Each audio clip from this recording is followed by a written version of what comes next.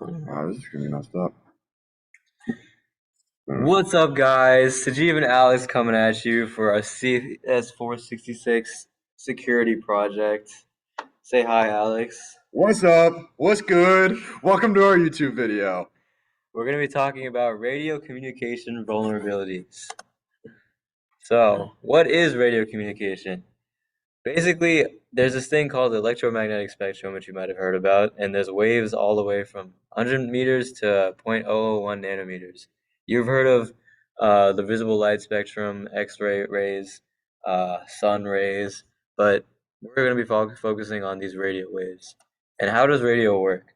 So radio works where we take a electric current and we run it through a magnet. So whenever you create an electric current, you're creating a magnetic field, which can be fed into an antenna for a receiver.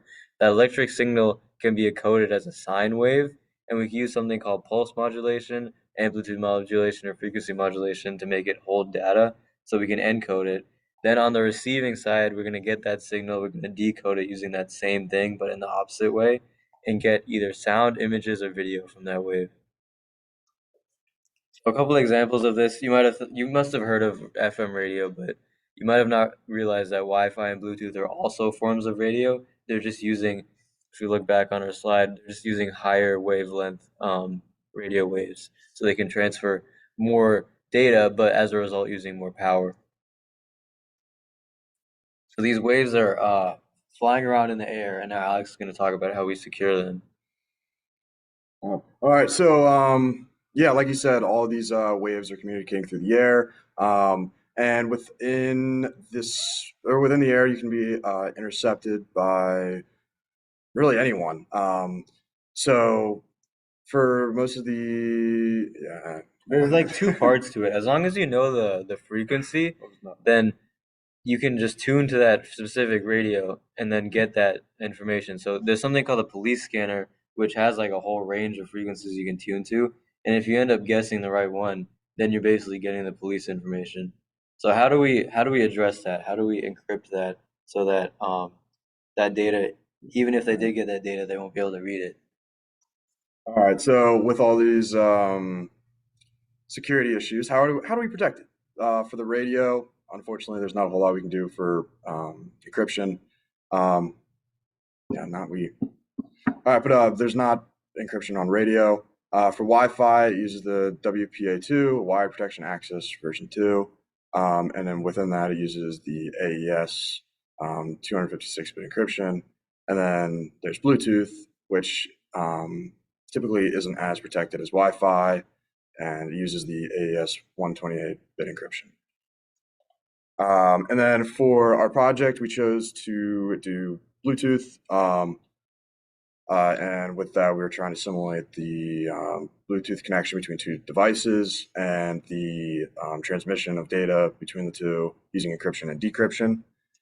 And then how does Bluetooth work? It uses pairing between these two devices, which is a temporary connection, and then it'll encrypt the data, transmit the data over its frequency, and then the other device will decrypt that data. And then this is our project. Yeah, so now we're going to show you the code behind our project, and we're going to walk you through line by line. So this is our main method out of our program.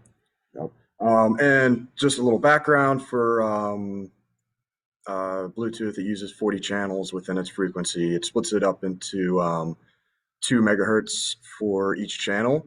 And then so for this, we created a channel map of 40 total channels. 37 of them, or the first 3, are going to be used for inquiry.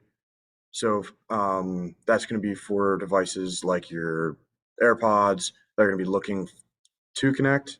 And then the other 37 channels are going to be used for devices that are connected and other activities.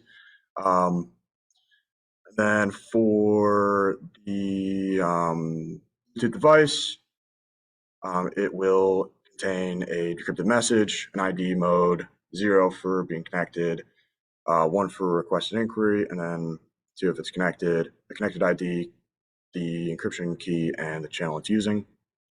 And then, so after we initialize the channel map and the devices,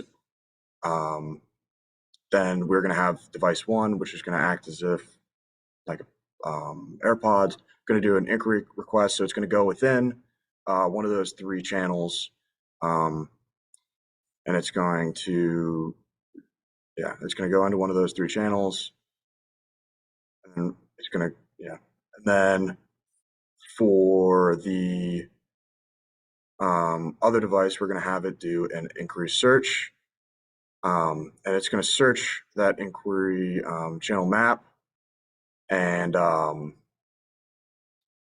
it's It's going gonna to, search those 3 channels that the pairing devices are on, and then if it finds it, then we're good. If it doesn't find it, we have this 0 case where no device is able to connect to it.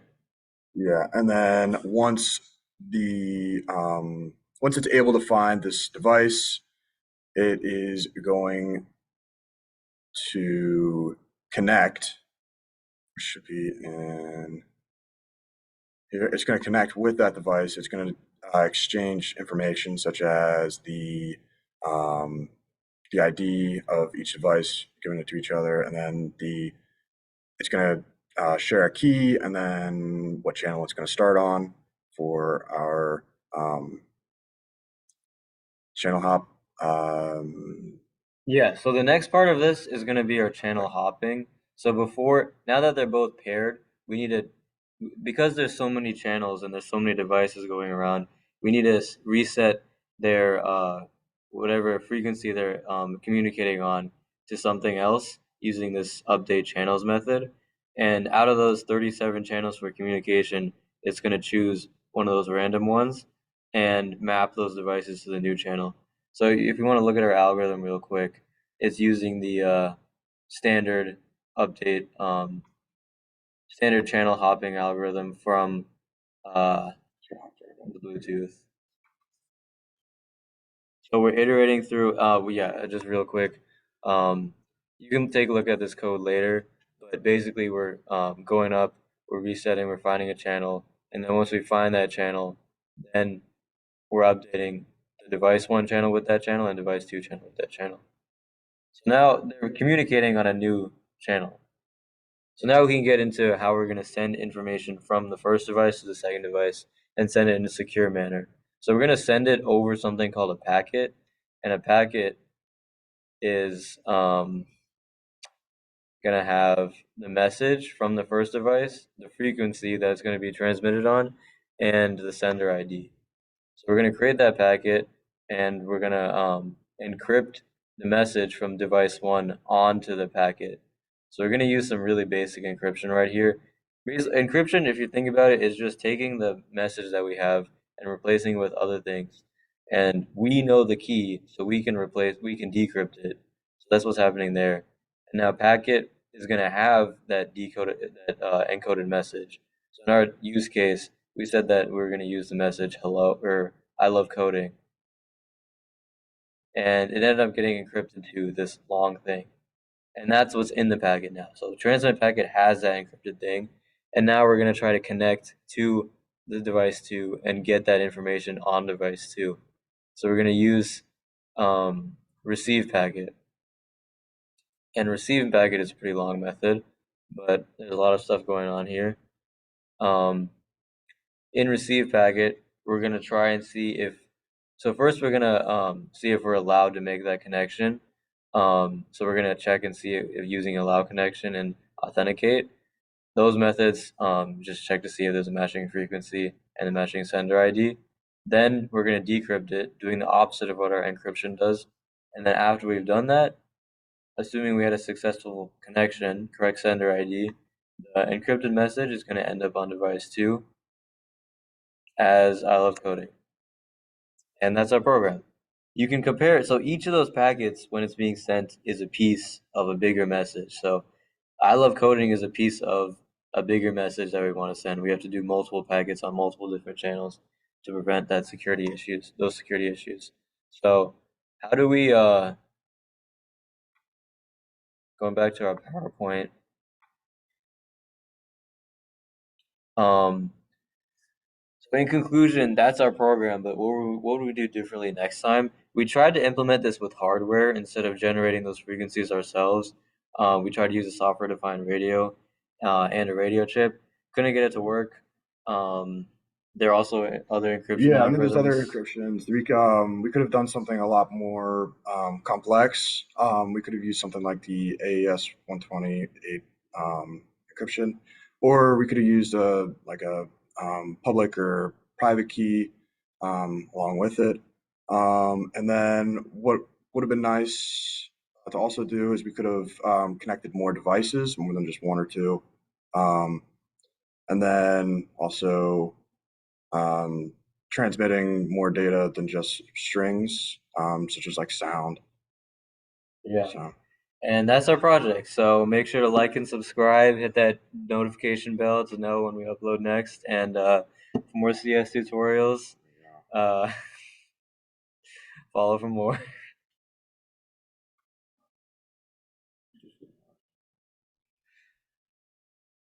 Dude, for a second there, I thought I wasn't recording.